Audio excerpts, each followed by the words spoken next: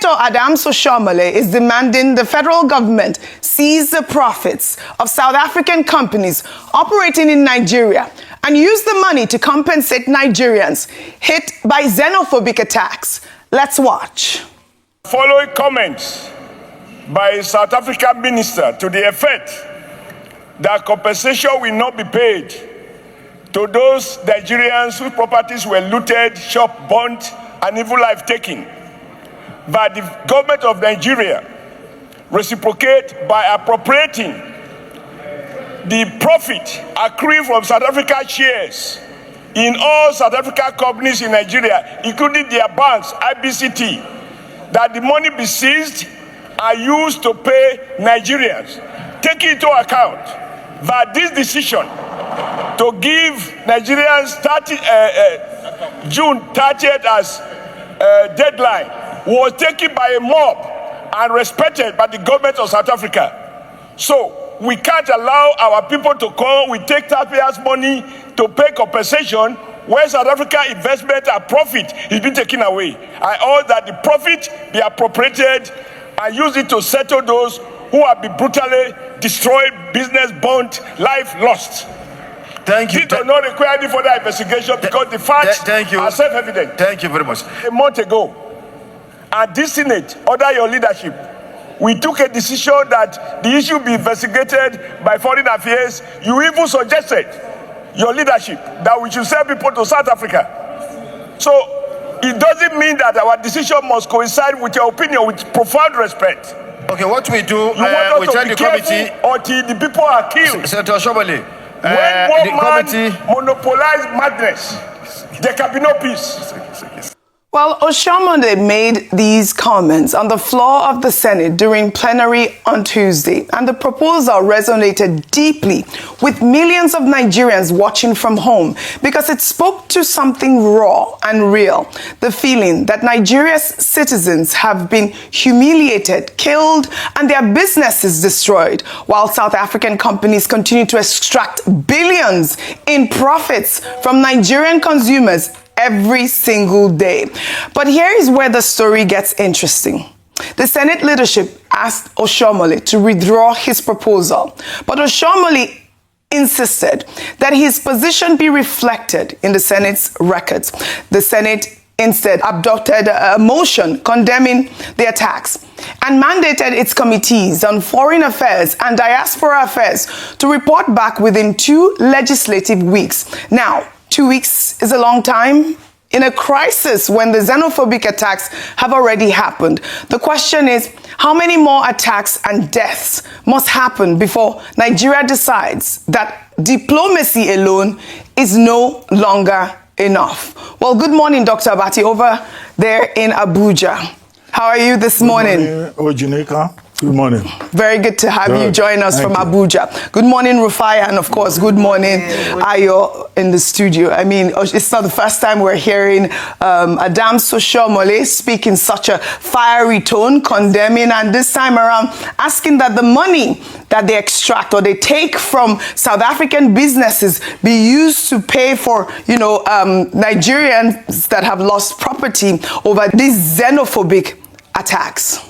And following Oshiomhole's bold proposal, Bauchi Central Senator Abdul Ningi went even further on the floor of the Senate, calling on President Tinubu to immediately sever all diplomatic relations with South Africa, warning that Nigerians continue to die while their government responds with nothing but condemnation and declaring that silence is no longer an option. Let's take a look. Nigerians have been killed left, right, and center. And there has never been any action except to condemn these things by mouth. Don't Nigerians deserve to live in other countries? Even if they are armed robbers, even if they are criminals, are they supposed to be killed in that kind of manner?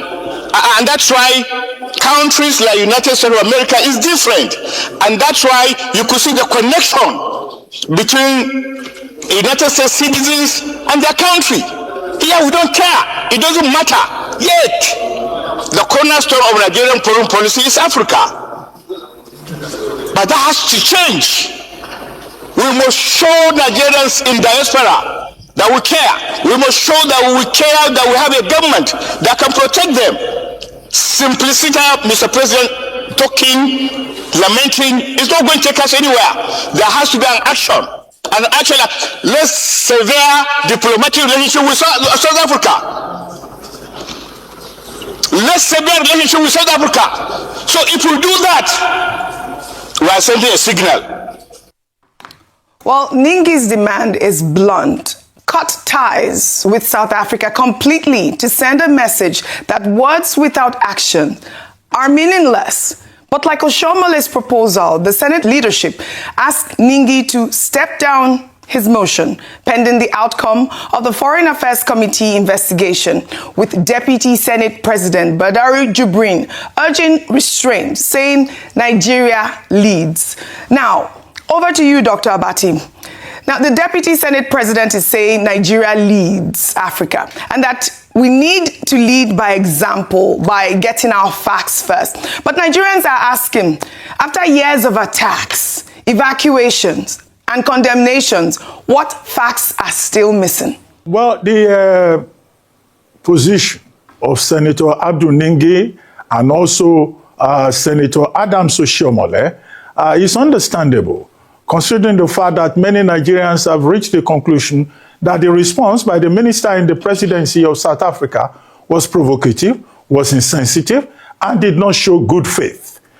And it's again understandable if you look at what is happening in Ghana, where we were told that the president of South Africa, from the South African account, is supposed to go for a third session of the South Africa Binational Commission in August.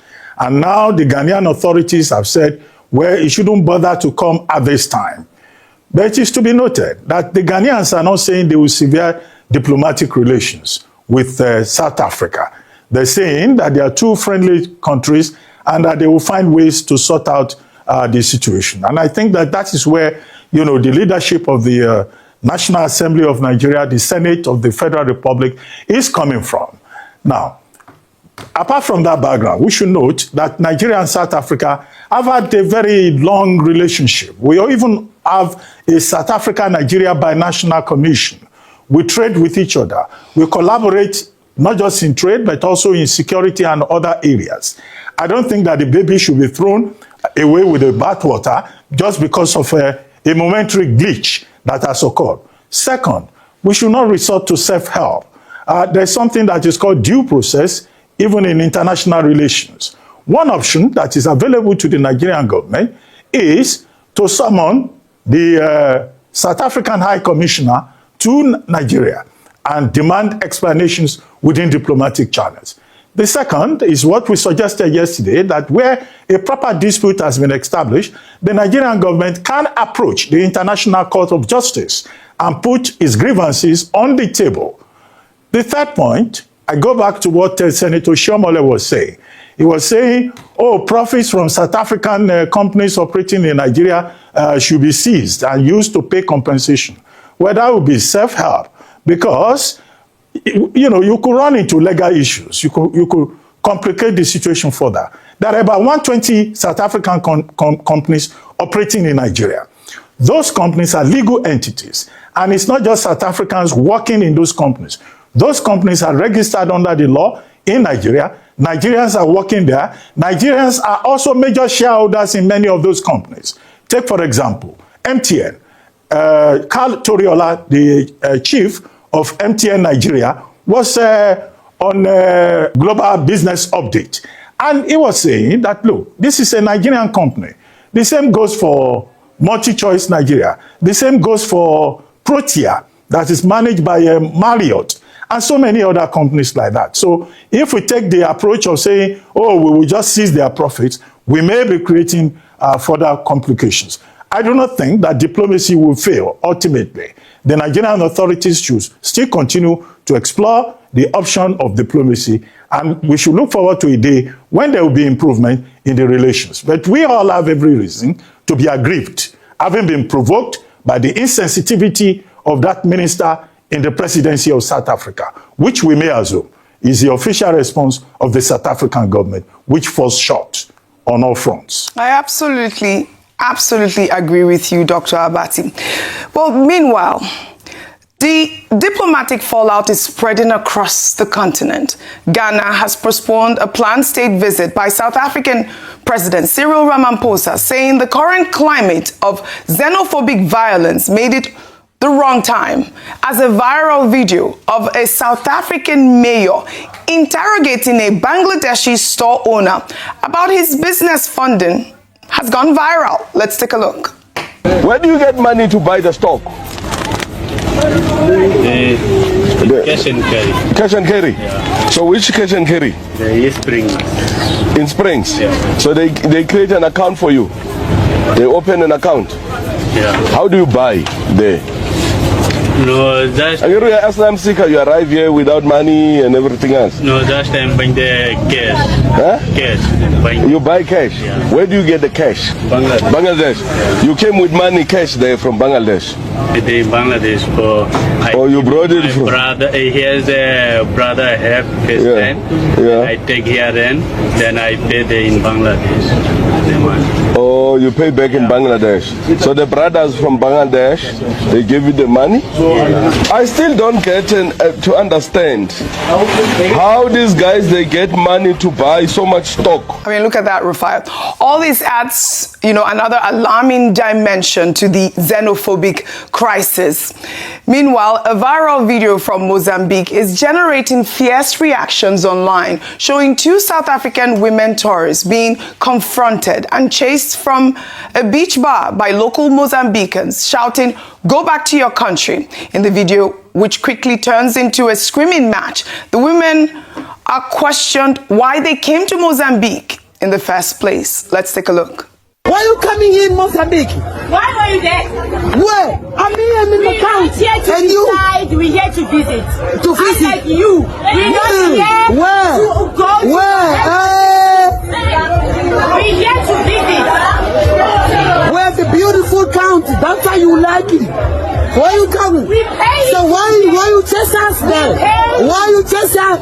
You are stupid guys. You South African people. You are very stupid. Why don't you go to your president? Why did you go to Cape Town? Why you come here in Mozambique? Very stupid. People, we cross with you people.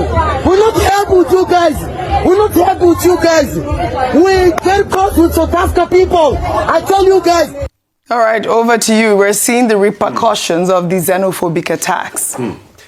Audrey, please, I want to clarify some things because I see a lot of funny narrative going on. Please, for the love of mercy, I don't like it when people start to say that it is people that are living in shacks in South Africa that are Nigerians that are the ones being attacked. I don't like it when people say it is the Nigerians that are doing menial jobs or running small businesses that are being attacked. That, elite Nigerians are not being attacked. That's a very detrimental narrative. Human beings are human beings everywhere. And in the eyes of God, we are all the same.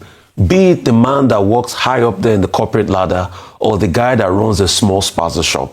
That is derogatory. And I needed to clear that. Victor that came here wasn't living in a shack. You know, Ayo, why I'm clarifying this? And that's why I'm just even giving that example. That it's actually because there's that narrative going on around, because that narrative have been pushed around. Also, that narrative was enunciated by the South African minister when she was saying they're not going to pay compensate. I mean, I just thought she was talking. They're going to pay when things start. They will pay. I mean, leave that one alone. I mean, it was not even fit to be a minister in the first place. It speaks volumes about the country. So, the next point I want to make is, I feel that that's Oshiomole's point. I don't support it, but I feel his point. I feel Ningi's point. I don't support it, but I feel his point. But if the other people are saying in the Senate, let cool heads prevail, which I've always advocated, I also want to say that the Nigerian government is not acting fast enough. So we've been talking about this thing for weeks now. What has the government done to make South Africa feel the heat? What have they done? That's the question I mean, we are talking. It's just been talk. So what has happened? Okay, we've talked here. Oh, report them to the ICJ. We've talked here. in one breath, we are saying, oh, okay, let cool heads prevail. Diplomacy will work. What have the government done as we speak today? We have not seen any action. That's why people are feeling disgruntled. Even the people that want to come on repatriation flight. I got a mail recently that saying that it's very difficult to get on the repatriation flight list. And people have been attacked. So if the government is going to report them to the ICJ, we need to see action. At least we've seen with Ghana. It's not that Ghana is not friendly with South Africa, but they've said, see, we don't think it's in the best interest for your president to come at this point in time. That's a strong sign. Very strong. So what has our own government done? Okay, we've advised, call the ambassador in. Have we done that? So what have we done in all of? And I think this is the question we should ask. Because, yeah, it's so easy for the Senate to say, okay, let's cool heads, don't take it as a motion, don't take it as a this, don't take it as a that. No, I disagree with what Oshiomhole has said, but I will never stifle them of their right to be able to say it.